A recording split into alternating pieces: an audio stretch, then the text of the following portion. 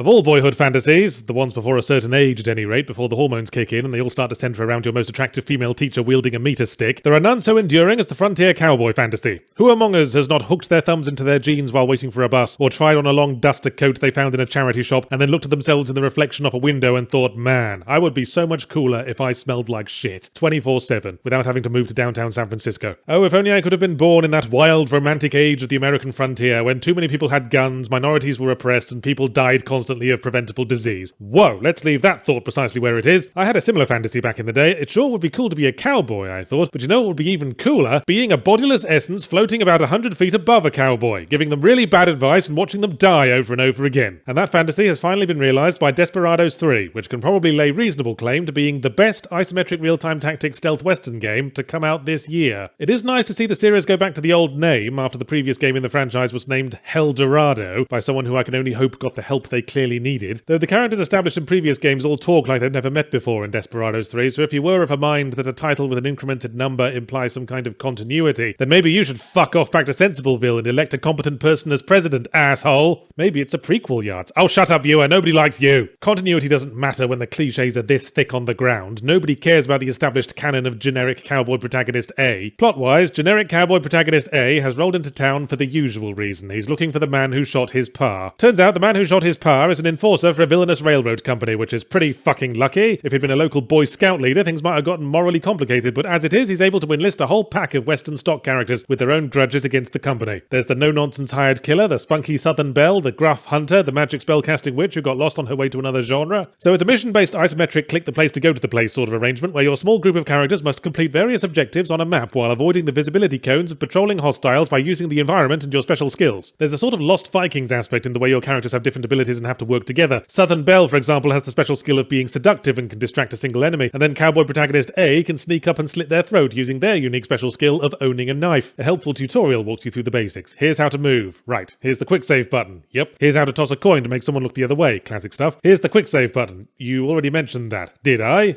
Yes, in those gigantic flaming letters over there. Oh, just making sure you know. Well, I know now, thank you, Desperados 3. Desperados 3? Yes. Why is there a dirty great counter smack in the middle of the screen? Oh, that's just showing how long it's been since you last saved, in case you forget. Have you saved lately? Maybe you should. Why the obsession with quick saving? What are you, a drive-through evangelist? You remember Cock-Up Cascade, right? The term I came up with for an unfortunate feature of many stealth action games where the slightest misstep means getting caught in a pylon of escalating fuck-ups, so you might as well just reload the instant you get spotted. Well, Desperados 3 is the patron saint of Cock-Up Cascade. The cocks barely have a chance to come down again. The enemies all have visibility cones spread wider than your mum's legs when she hears a bottle opener, and you can only see one guard's cone at a time. On top of that, a lot of guards who look like they're staring straight ahead are in fact glancing back and forth like a nervous gazelle at a tennis match, covering an area the size of a conservatively proportioned aircraft hangar. So half the time you'll settle into the nice long slitting a throat animation and only then be informed that someone off screen is looking at you from their table at a delightful Parisian-style street cafe on the surface of Mars. And thus the cascade begins. Everyone in the map is alerted and rushes your position. More guards spawn in on top of the existing ones. It's like the fucking fight scene at the end of the original Casino Royale. And while you do have a gun, you fire it once and then can't fire it again until you've remembered all the lyrics to the British Grenadiers, and your special power to pause the game and queue up your next few actions at this point provides nothing besides the chance to take a moment and really drink in just how completely fucked you are. So don't kid yourself about making a stand. You're just gonna fucking quick load. It's not so bad in the early game, but before long, levels are absolutely packed with enemies and overlapping patrol routes, and it all turns into a sort of ultra-violent puzzle game, where the objective is to figure out the precise sequence of actions to pick off every enemy in ascending order of gregariousness. Quick saving with every inch of progress. An experience like untangling a huge ball of Christmas lights, turning it over and over, picking on loose bits, occasionally pulling on the wrong thing, getting electrocuted and making all the children scream. And the way the game very unsubtly highlights the quick save function indicates that save scumming is the intended method. I'm sure that was a much easier solution than tweaking the difficulty that meant the developers could get down the pub quicker, but I don't really like trial and erroring my way through a game. It doesn't make me feel smart or powerful, and all suspense is lost. Ooh, can you succeed in this challenge using only your wits, your cunning, and your infinite zero consequence restarts? Yes, of course I fucking will, given enough time. I'm monkey typewritering this shit. So I'd finally drag myself across 2 miles of gravel to beat a map, and the game would tell me about all the extra challenges I might like to attempt. Beat the map without using hiding spots, without quick saving, in less time than it takes YouTube video essayists to get to the fucking point. And I'd say, piss off, game. Becoming good at these maps seems like it'd be a matter of rote memorization. And that sounds even less fun to me, not being a speedrunner or similar flavour of nutcase. Yeah, I think not finishing this one isn't gonna haunt me. Let me fondle my crystal balls and predict the ending. Revenge is had on the man who shot our pa, the family ranch is saved, and at some point everyone lines up abreast and walks very slowly towards or away from something.